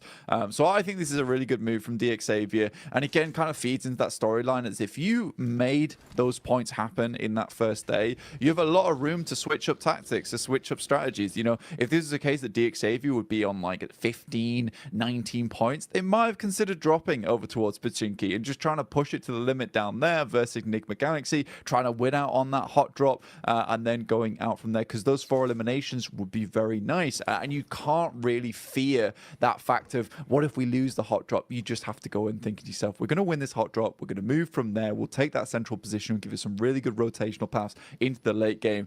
Everyone else in this lobby is just going to get trounced by us. You just have to think that you're a much larger team than you actually are. Yeah, you've got to embody the stature, right? Make it, look like it's hard for you to fit through doorways, that kind of stuff. Build the confidence up by making yourself feel bigger than you are. And that was what they did. I mean, even back in Group Green, right? It was kind of them versus Bra was just like the battle of Pachinki every single time, Blank. And DX were willing to fight those down to the bitter end, limping away with 1 player left if they needed to, or even conceding basically an entire run on one of our games of Erangel just to guarantee that drop. So I like the fact that they've at least moved away from that here and kind of thought, all right, we really did risk it, back then. Now it's a little bit of a different kettle of fish. Let's not go for those sort of plays. So good to see the improvement there and the adjustment as well, to be willing to even give up your normal confident drop. Man, drop is a word that is synonymous with Alter Ego at the minute, though, as every time we look towards the Elim feed, it feels like it's Rosemary that's just taking bullets from miles away. It's so unfortunate for AE for the way these games have been going. But again, here, they're just exposed. You've got a line of sight. MBE just keep putting the pressure on and Blank. Yeah, I think for Alter Ego at this point in time, it's just not looking good, right? And I think we said this multiple times at this point. There had to be a change coming today. Kalaris gave some really good points, some very risky rotations. I think this one in particular was a risky drop as well. I think you can go for risky drops where they provide you a bit more of an idea of actually getting further into the game. But when you're dropping over towards Mansion and then split dropping in Lipovka as well, and you know that Procedure dropped towards Yasnaya, MBE Sports drop around this location as well, you're sort of playing with fire at that point in time. There is just an opportunity to, look, give up on the scouting early on. We have a very good read on where most of these teams move in from, just from watching a lot of the other games that have happened throughout the group stage.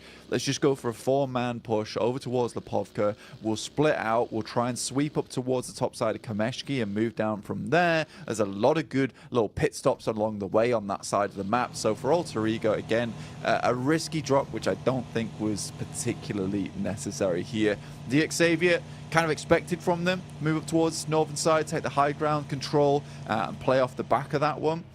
So I like this from DXavier indeed. Mad Bulls also find themselves on the northern side of Yasnaya. Very nice little quick rotate from them, and a very hard shift over towards the eastern side, encompassing a lot of water in this one as well. So if teams want to get their feet wet, they certainly can if they want to live out this game a little bit longer. But for most teams, it's going to be either trying to sweep on this northern side or trying to hold towards some of these compounds on the edge. It's kind of a difficult position to play in. Some teams will be afforded some great spots early on if they were able to get here quick enough, but some teams on this outer edge will be struggling to find themselves a home. Yeah, man, this is one that's setting up to potentially be a bit of a community swimming pool circle if it keeps up like this. About 40% water at the minute, so landmass really going to be important to lay claim to early. Try and set yourself up as quick as physically possible and don't leave it up to another squad to already claim all of the compounds.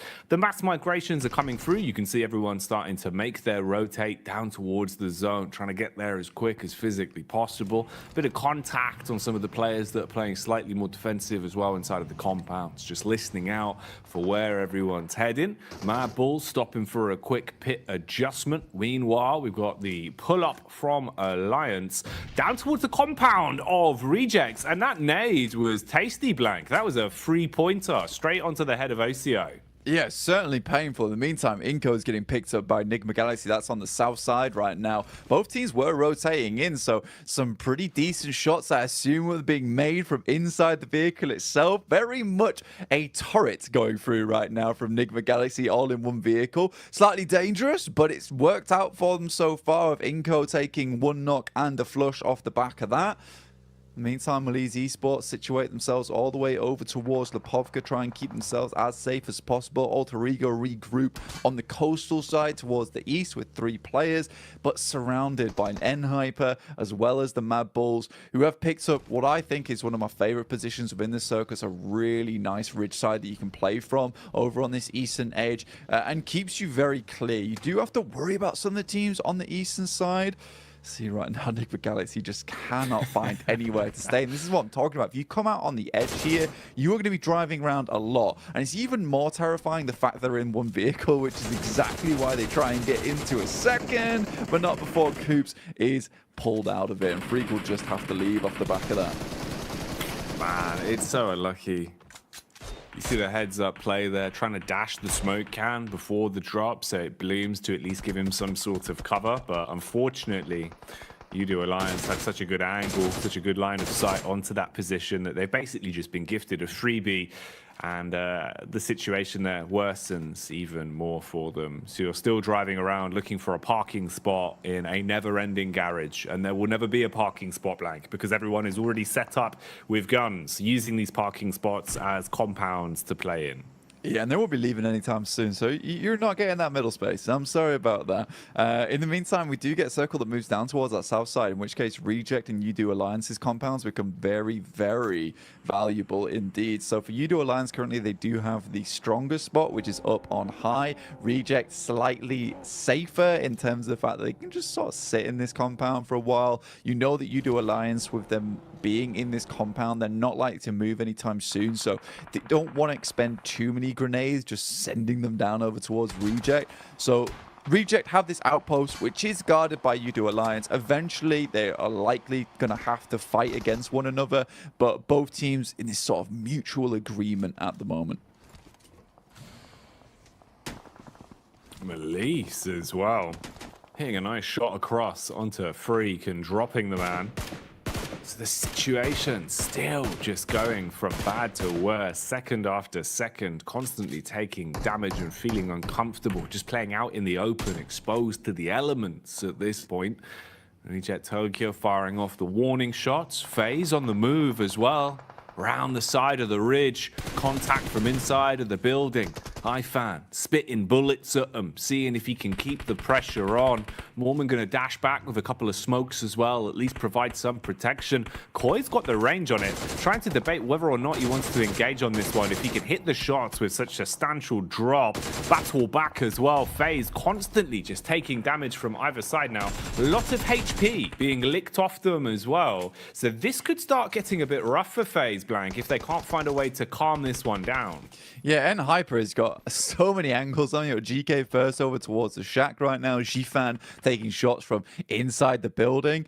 FaZe have sort of set themselves up in a pretty horrid scenario right now for themselves. N-Hyper looking to potentially regroup, but again, GK first comes in with another clutch shot over towards Mela, in which case they might just send towards this. The blue is pushing them in, and an opening knock like that is absolutely gorgeous for them. First one's what you want. How many more are in store for them? Be a nice way to reality check FaZe straight away, man, off the back of their chicken dinner as well, if you could pull them down here. I don't know why GK keeps going for these shots, to be honest. So greedy.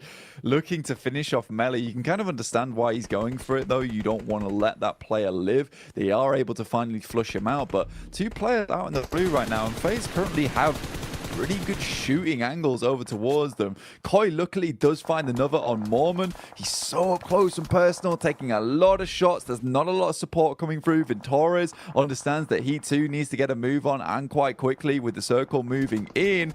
Very, very quick movements all around the block for N-Hyper, but this has been a sort of a crazy push from N-Hyper, locking both FaZe and them to their dooms. GK first even drops over there to the play zone itself. This this has been a very, very odd fight. Gladiators looking to maybe get themselves slightly involved. Shifan inside the building, and Enhyper actually indeed go down. Mormon as well as Ventores might be able to continue, and that felt like one of the weirdest fights coming through from Enhyper indeed. I didn't like that whatsoever. Felt like almost a guaranteed hold over towards its south side, just given up by some odd angles being taken. Yeah, it really does feel like they've kind of both dragged themselves down. You know, we've no potential really successful outcome for either team in that situation. Very aggressive and very tunnel visioned in the way that they played it. So both squads basically being destroyed because of it. I mean, yeah, sure, FaZe still has presence at least, but hang on, hello, I'm a barrel roll straight into Matic.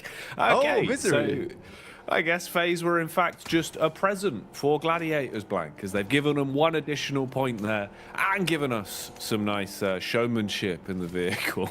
Yeah, I mean, I think he realized it was over as soon as he started spinning out of control.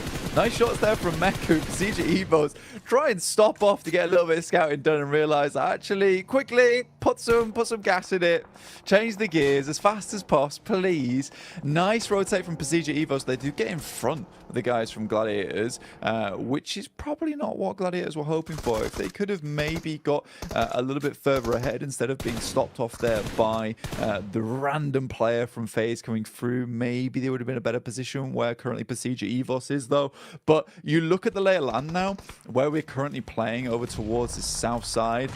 Most teams you can see situated on the southern side of the circle, right? Just because this is providing the most amount of cover, there is so much open ground to traverse through if you're coming up from this northern edge. So MBE Sports Gladiators got a bit of a weird rotation to make here. Gladiators could take the fight here versus Pasija Evos and potentially move off from the back of it. There's going to have to be some good nades, and Kitsune does not spot the player off towards his left. Ooh, Kitsune engaging with the nades early, looking for the jump down. Nice. He was ready for that one, Blank. Instantly spots Redface and will leave him quite red in the face after that uppercut from the DBS. Zerich from absolutely miles away, looking to get involved with this fight where possible, scanning the hillside with his eyes and keeping a nice understanding of the situation. Meanwhile, here we see MBE starting to dive in an assault inside of the compound. Bullet after bullet, whizzing close by. Natsa now re-aggressing as well, looking to try and push their way back through. Spam up close. Fist Boy needs to land an uppercut. Not looking too good for him though, as he'll go down to the spray. How on earth is he still alive with a trickle of HP, Blank? It felt like he was trying to 1v4 that with nothing to his name. I mean, Xenox did an incredible job there, but here's Quest coming in over towards Reject. They're holding on as best they can, and the crash is just not working out. Luther immediately gets inside. They want to keep hold of all four members here. They know they've got a strong position to be working with. Duello moves in, tries to clear out the player, but he gets a nice little sideswipe back in towards the door. Finally, it's over, as Tixi will pick up an elimination over towards Fahidan. But 6 eliminations for Gladiators. Once again, a pretty decent result for this squad. They'll have to push on through, potentially third partying down towards his position on Reject could be a good idea, but even Meku still putting on the hurt versus Inko, holding on whilst Kitsune scouts towards the western side of the circle. This is far, far better for Gladiators so far. You can tell the teamwork is here. Yesterday they just felt so disjointed.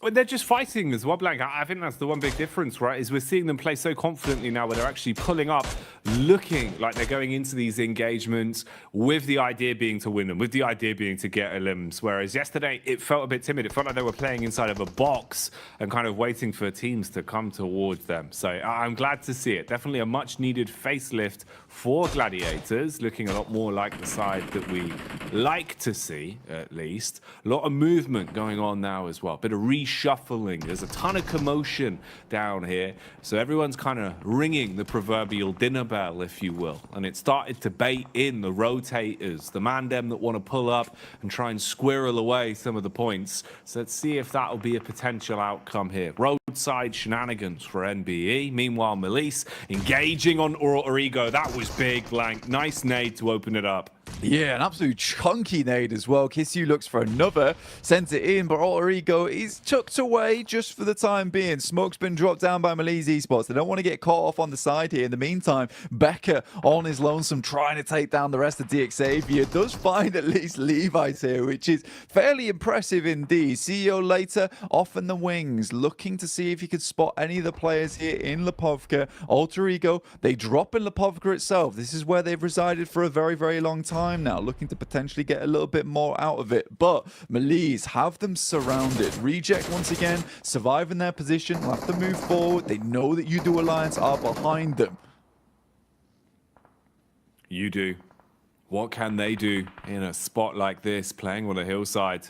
Flax adjusting the crosshair, paranoid about the smoke expiring to his left, but wants to prioritize the correct angle, hoping they can get some shots off onto Reject. Once they expose themselves, they've got a three-pronged smoke wall blocking themselves at the minute, with the tree geometry providing a bit of cover as well. Slowly pushing their way up past the bushes now, as Lufa will jump in the rotate car. Oh, should have got info on that as well as he drove up. Seems like he knows he could be peeked from the ridge side. So we'll smoke that off and try and cover himself. Clark's up top blank. Man's got the DMR as well to work with potentially here. Seems like it's the shotgun also. Nice little DBS for close range engagements. And nades to boot. That could be a bit of a banger. Seems like it should be on target, but slightly off the mark. Yeah, you really need an airburst here, but a nice shot comes through, and I think that's from MBE Sports actually over towards U-Do Alliance. The Gladiators continue to lose members. Squash finally does go down off in the distance. And the circle does center up and confirm up towards Lipovka. So any team that made that decision early is happy about it. But look at this. U-Do Alliance is losing members left and right, but the drop shot will at least keep them alive for a little bit longer. But the drop shot just ends up with them being dropped themselves. U-Do Alliance out and Reject up to 5 eliminations. A very different face on this team, looking more Oni-esque today. Demonic coming through from Reject. This is more what we wanted, right? You're raising hell a little bit now. They're getting stuck into the game blank, not playing as timid, fighting when necessary, trying to play towards center, contesting for edge control when needed. It's better from Reject, but they've got to maintain that, keep that course going. Don't let it drop off now, as they do at least find their way through the test of U-Do and control that one. NBE keep popping up all over the shop. It feels like NBE have just been running back and forth, trying to stay alive from this roadside, having little moments of chip damage onto anyone that peeks into them. They're still here for now, just in front of Rejects. They're exposed if they go for a bit of a push. They're just using the smokes to hold themselves for now, but Sara is engaging with it. It's a nice first nade. Got the lineup on the second as well, Blank. The nades alone could be enough to deal with them. Man, the long arm on Sara is looking good, but nasty shots coming in from Akaze through the smoke, takes down a fair few of them. Now Duello left to challenge the distance. Nice shot on the edge, but quickly cleans them all up. And what a clean finish there from Akaze at the end. It looked like it was all done and dusted for the squad, but fantastically well held out by Akaze. Gladiators still at 4 players alive, but one of the final teams to be on this northern edge alongside them and NBE Sports.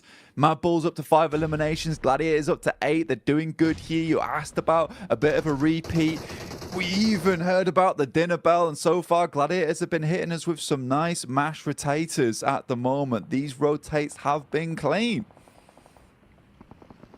Whatever they're cooking up today, Blank, it looks like it is fresh, not frozen. Nothing being reused here. Ooh, turning up the heat though as the kitchen metaphor continues. Have to get out of that one. Malaise set ablaze, couldn't handle it. Kisyu dropped as the M4 will give him the damage. Business being done. Mad Bulls close by as well. They can start to breach and clear. Take the players out that are inside of these buildings now, but Frozen crumbles. He cracks under the pressure on the contact. And it's all getting a little bit sheepish. Constant damage being fired out by Gladiators, sure, but no one wanting to make the first mistake. You have such a sheer number of squads all close, shoulder to shoulder inside of these compounds, with only Gladiators being able to complete the push down towards the beach side. They're in a pretty dream spot right now, and it's going to be so much harder for this heat map of teams we can see all on top of each other inside of the neighborhood. A nasty neighborhood, Blank. They're not friendly neighbors. Not at all. Everyone's just leaving some horrid messages on one another's doors right now. People just aren't picking up the newspaper. They're turning the Amazon delivery guy away. They will not be handing that through the post box to their next door neighbor at all. But for Gladiators, what an incredible circle for them. Moves up towards this north side, and they've had direct contact with a lot of these teams on the southern edge. What's great about this rotate from Gladiators as well is that they forced out the Mad Bulls from this position just with sheer firepower, up to 9 eliminations, set 50 points after the back of this game, just around about 18 points behind Mad Bulls, who we know had a great day yesterday. This has been very, very good stuff from the Gladiators, and again, it's that pressure off in that first game that allows you to succeed later on. They're moving in over towards MBE Sports. Sec, barely any HP. The vehicle flies over the top, and Tixie's there on a Kaze. He's quickly put down, and MBE Sports is out. Oh my goodness me, Gladiators are fighting. What are we watching, Blank? Is this a Michael Bay movie? Because that was a blockbuster. They come flying through the air, hit the griddy on that one as the shot connects mid-movement, and then they just continue on as well. This is ridiculous. Meku and Kitsune just putting bullets down range, Blank. They are farming. This was a great move from Meku as well, mate. They left him behind on the side swipe just in case anyone was between the trees. Likely Meku's going to be a sacrifice in this situation, but he's got great lines of sight over towards Duxan, providing very, very difficult terrain for Duxan to deal with. They step out of the way of the bullets from Kitsune as well as Tixie and Matic. They step directly into the bullets from Meku, who's very much safe on this outer edge. Luckily, Zipian is able to get some shots back over towards Kitsune, but it's just Meku and Tixie lighting them up. They're the Hydra right now, Blank. It feels like if you sever one head, 2 more will grow back in its place. That's what Gladiators are doing right now. A single knock results in them finding 2 elims, or the elims could keep on coming as well, but maybe it'll go in favor of Mad Bulls as Alter Ego wanted to try an ego challenge, but they go down quick. They've got cinder block shoes on that one as Melise third party and Mad Bulls hold on to their compound. Gladiators, though, still showing that they're handy with the sharpened steel, slicing their way through anyone that peeks into them. Now just pushing up the road to close down these and make sure these eliminations are theirs for good, Blank. Yeah, Tixie flies over towards that position, has the M4 in hand. Lovely nade over the top as well. Finds Hoxie. Now just Binny in the back here. Another nade flies over the top. Nice little Molotov will shoot underneath the vehicle. Has eyes on. Just needs to hit these shots now, but is sort of being cut off by the fire, by the smoke. Stands up to try and hit this one. The step out is there and Tixie gets taken down. Meku left remaining for the squad, but honestly, with the amount of damage the Gladiators been able to do, they've just been looking for those eliminations. We talked about this early on as well, Jackie, in the sense that eliminations desperately what you need. This is what you can confirm in these games. This is what you know you can handle, and I appreciate that they're just fighting for them. Exactly. It's the one part that you can control just by playing aggressive, playing confidently, and guaranteeing those eliminations. And that's what they've done. They've played for the elims here. Now they can try and see what they can squeeze out in terms of placement, because the other teams are doing the infighting for them. And it's whittled us down to only 2 players, really, you've got to worry about. Oh man, Mad Bulls licking their lips at the prospect of this one. They do find Meku. He's exposed himself from behind the rock. Now it's simple pickings. As long as Mad Bulls could reset, you do have an edge. The battle of attrition is in your camp. They're setting themselves up for a chicken dinner, but Zerich will expire.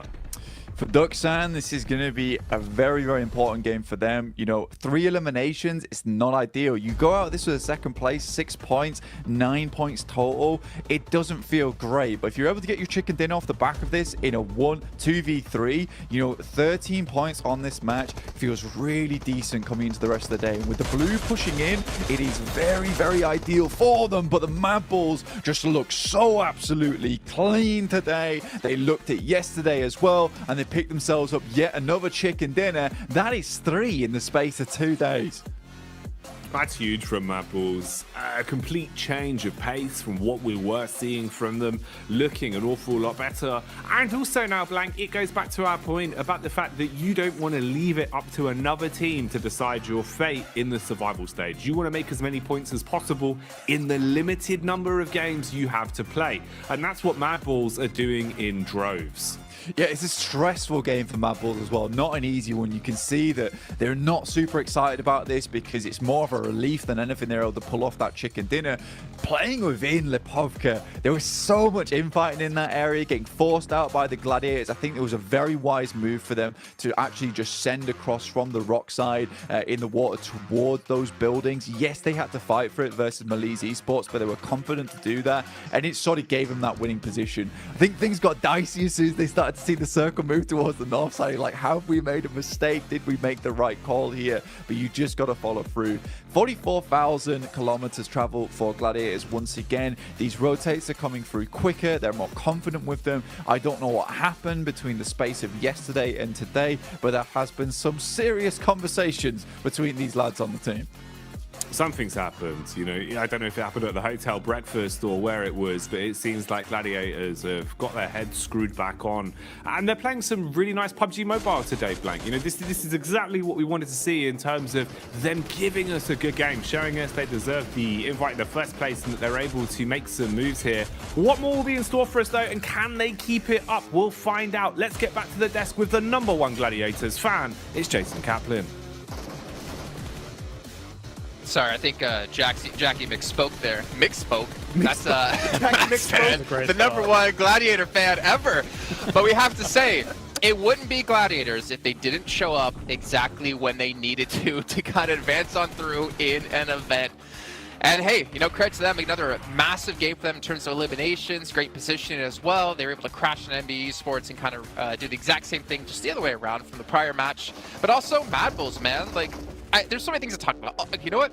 We're not gonna talk. No, let's do it. Maxman talked about Gladiators, and then we'll hop to what I have ready for Colaris. Okay, Jason McSpoke. But okay, Gladiators. I didn't want to talk about them because I didn't want to curse them, Jason. Okay, that was the reason behind it. Now I see. Okay, but right now, Gladiators, of course, playing that high ground position, able to leapfrog in the position that Mad Balls left open after they regrouped from that 2-2 split was a really good spot. And also, one thing I enjoyed Colaris from Gladiators is they tried to go for that high ground on the road. They tried to fight Envest. They tried to also fight Duck Sandwich. Ended up not working out, but I think that if you're not in the city, you want to avoid a lot of that fight happening in Lipovka. Going for that high ground does give you a bit of an advantage. It didn't quite work out because Duck Sand had such a good angle, but I think that was going to be a game-winning play if they could survive until the later stage. Honestly, I mean, yeah, go on. No, you go on. I was going doolally in this game, if I'm honest, Jason. I was going crazy because how often do you see a basically close to Lipovka end like this? And for teams to try and manage their way through that, as you say, with Gladiators doing really well in terms of the eliminations and then going to the west for the rotate to try and make this work. Never mind, Mad Bulls winning off a 2-2 split across the rocks of north of Lipovka and in Lipovka. Where do you begin? There's so much to talk about. Well, obviously the smoke wall that Maxman brought up while we saw Mad Balls able to transition with the PL smoke wall, as he coined it, to get through safely was something to be seen. But if we're talking about how teams got into Lipovka, let's also mention Alter Ego, Colaris. Oh. Do it! Come on. What are they doing? All right. You got really close to the mic there. I got really close to the mic. Okay, they're the Lipovka dropping team. Where were they? Okay, they moved west, right? They got lost one to heaven as they were walking through to heaven, which is ridiculous. And then they moved north, and then they have to swim all the way back to Lipovka. They are lost at present. They are taking, I said it before this game, constantly taking risks here in PUBG Mobile. They're playing a very risky style. They've got splits. They're walking where they shouldn't be, going where they shouldn't be. And eventually, yes, they salvaged this, but only because teams that had track of them swimming probably was Pasija, but they got kind of rocked up on Gladiators and kind of lost in the mix. So they were allowed to come back up on the shore of Lipovka. Am I taking crazy pills? Anyway, Yeah. You lost him. I'm done. Well, not to mention, you also pointed out, too, when we were watching, that Gladiators is probably the only team that could see them rock up on the beach, but they were about at that 400-meter distance mark away, so potentially not seeing them. Obviously, Melise was in Lipovka, potentially not looking towards them, and we even saw Kissu like, wait, what are you guys doing in that building? How did you guys even get here? Yeah. He's going mad. I've never seen him like this. Melise was like, who is he? What's going on next door? And suddenly, they were just... Anyway, I'm done. You know what? You know what, Kalaris? You need to cool down by playing some of the Frost Festival currently going on within PUBG Mobile. You can revel in the exhilaration of gliding down the slopes in a snowboard and using snow mounts like X-Men talked about yesterday, potentially turning people into snowmen as well. Make sure you guys load up PUBG Mobile, download the new update, and participate and play. Because also while you're playing, we do have the 2023 Popularity Annual Gala happening with PUBG Mobile introducing a brand new competition, exclusive honorable rewards for you guys at home to participate and win. It's all kicking off between November 15th and December 15th, so make sure you guys are getting in, potentially able to win some rewards you can show off to your friends. Also, while you're playing in this one, don't forget about the Pagani collaboration happening within PUBG Mobile as well. You can rev the engine with the iconic Pagani Imola and Zonda R models, which I believe. Klaris, are you ready to be salesman yet again?